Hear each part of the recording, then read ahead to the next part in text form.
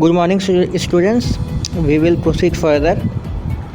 A constitution is very essential for a democracy. It defines the nature and principle on which it function. तो जैसा कि आप सुन रहे हैं, एक कॉन्स्टिट्यूशन जो है बहुत ही important and it is very essential. एक जो है लोकतांत्रिक सरकार के लिए एक संविधान बहुत ही ज़रूरी होता है और वो उसका प्रिंसिपल्स और जो उसका नेचर रहता है कॉन्स्टिट्यूशंस के, उसको जो है डिफ़ाइन करता है। किसके प्रिंसिपल्स को? लोकतंत्र के, डेमोक्रेसी के प्रिंसिपल्स को डिफ़ाइन करता है। India is a democratic country that has a written constitution that provides its people with fundamental rights and duties, laws and freedom. तो जैसे कि हमें पता है कि भारत जो है it is a democratic country, एक लोकतांत्रिक देश है, तो इसका अपना कॉन्स्टिट्यूशन है जो उसके लोगों को कई अधिकार देता है जिसमें फंडामेंटल राइट्स है। तो what do you mean by fundamental rights? A set of rights given by the Constitution to every citizen to safeguard them against any absolute power exercise by the government. तो fundamental rights वो rights होते हैं, एक set of regulations होता है जो कि हर नागरिक को, जो भारतीय नागरिक है उसको दिया जाता है। किस चीज़ के लिए? अपने बचाव के लिए। जो कोई भी पावर, कोई भी दमनकारी नीति आपको दबा नहीं सकती। इससे जो फंडामेंटल राइट्स कुछ होते हैं वो लोगों को डायरेक्टली हमारे कॉन्स्टिट्यूशन के द्वारा प्रदान किया जाता है। ड्यूटीज़, लॉज एंड फ्रीडम, कानून और आज़ादी और काफ़ी ड्यूटीज़ भी इस कॉन्स्टिट्यूशन में इंक्लूडेड है। The most important power that our constitution vest is people in the power to elect the government. तो इस कॉन्स्टिट्यूशन ने सबसे मुख्य अधिकार हमें क्या दिए कि हमारे द्वारा जो सरकार जो हम पे जो राज करती है, जो रूल करती है, उसको जनता द्वारा ही चुनी जाती है। तो इसका पावर भी कौन दिया हमें? इसका पावर हमें कॉन्स्टिट्यूशन ने ही प्रोवाइड कराया है। In India, as per the universal adult franchise, every citizen above the age of 18 years has the right to vote for a candidate that he or she deems fit to represent him on her national level and govern the country. तो India में जो voter के जो नियम है, जो अधिनियम और जो कानून बने, उसमें ये है कि the people who are above 18 years of age, whether it is not gender biased, whether वो चाहे मेल हो चाहे फीमेल हो, 18 years एज के ऊपर सबको वोट देने का नियमित अधिकार दिया गया है। While we elect our government, their representatives, however, need to adhere to the values and principles established our constitution. जब हम अपना गवर्नमेंट इलेक्ट करते हैं तो जो रिप्रेजेंटेटिव जो हमको रिप्रेजेंट करते हैं पार्लियामेंट में, उनको भी जो है कुछ वैल्यूज़ और प्रिंसिपल्स, नियम और सिद्धांत उनको भी दिया गया है जो कि हमारे कॉन्स्टिट्यूशन से दिया गया है गवर्न करने के सिलसिले में। Many times there are several issues that arise to become a threat for our democracy. Let us learn about them through small cases. कभी कभी कुछ मुद्दे हो जाते हैं जो हमारे कॉन्स्टिट्यूशन के लिए खतरा साबित हो सकते हैं। आइए हम एक एक करके इन केसेस को स्टडी करते हैं। Case 1. Nagpal Sharma has been chosen a chief minister of a prominent state in India. He is now one of the most powerful men in the state.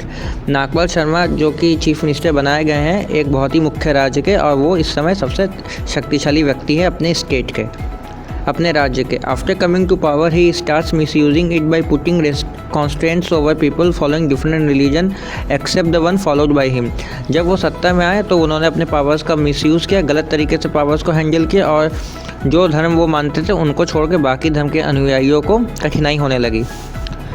People of other religions start facing issues where they are restricted in many ways to freely follow their religion. और कई लोगों को अपना religion को follow करने में दिक्कतें महसूस हुई।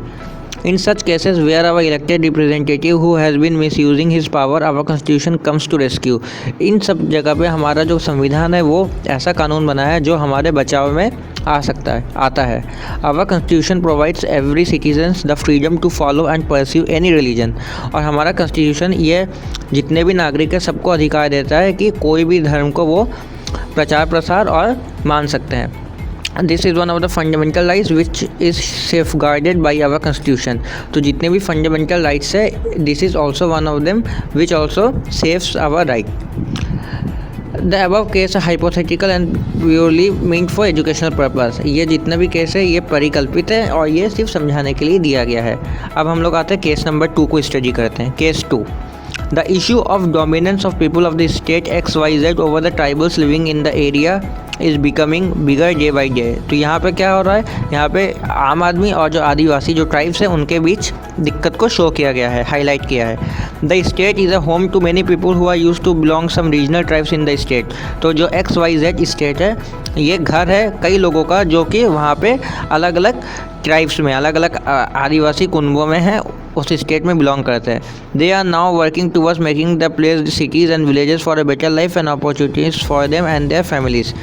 और यहाँ पे जो है ट्राइब्स की ज़मीनों को लेकर जैसा कि बताया गया है, उनके सिटीज़ और विलेजेस में इन लोग कंस्ट्रक्शंस और जो है उसको मॉडर्नाइजेशन कर रहे हैं, जाते कि उनके लिए कुछ अपॉर्चुनिटीज़ आए और उनके लिए, उनके परिवार वालों के लिए।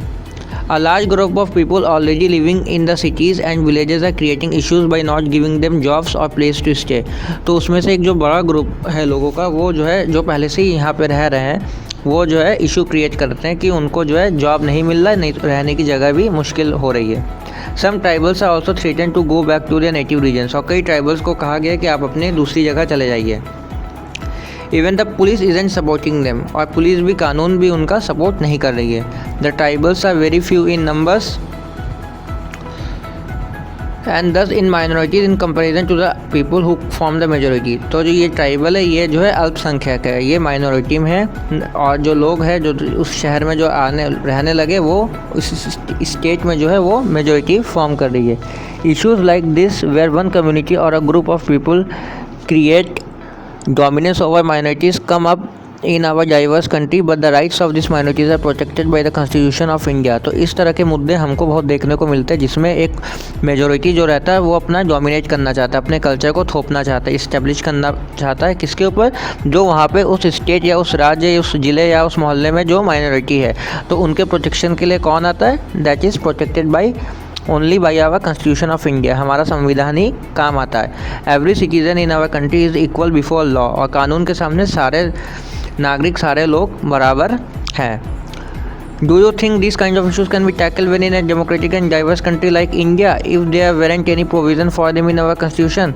क्या आपको लगता है कि इस तरह के इशूज़ को हम जो है टैकल कर सकते हैं, सामना कर सकते हैं हमारे डेमोक्रेटिक कंट्री में, और जो कि इतना डाइवर्स है, इतने विभिन्न मताधिकार यहाँ पे हैं? अगर कॉन्स्टिट्यूशन में कोई प्रोविज़न नहीं होता तो there are various such issues such as discrimination based on gender और रिलीजन। कई इश्यूज़ हैं हमारे यहाँ, मुद्दे हैं, जैसे कि डिस्क्रिमिनेशन मतलब भेदभाव on the base of gender और रिलीजन। जेंडर मीन्स मेल और फीमेल के आधार पर भेदभाव होता है, या धर्म के आधार पर। मिस यूज़ ऑफ पावर, जहाँ शक्ति का जो है गलत तरीके से इस्तेमाल होता है। डोमिनेशन, एक आदमी दूसरे पे डोमिनेट करना चाहता है। Clashes of belief from which our constitution safeguards us. और क्लैशेस ऑफ बिलीफ, जब अलग अलग धर्म मानने वाले लोगों के बीच क्लैश, जब टकराव होता है, तो उसको बचाने का काम कौन करता है? वो अधिकार हमारे कॉन्स्टिट्यूशन ने दिया है। We will further learn about them in the next section. और हम इसको अगले सेक्शन में पढ़ेंगे। Thank you.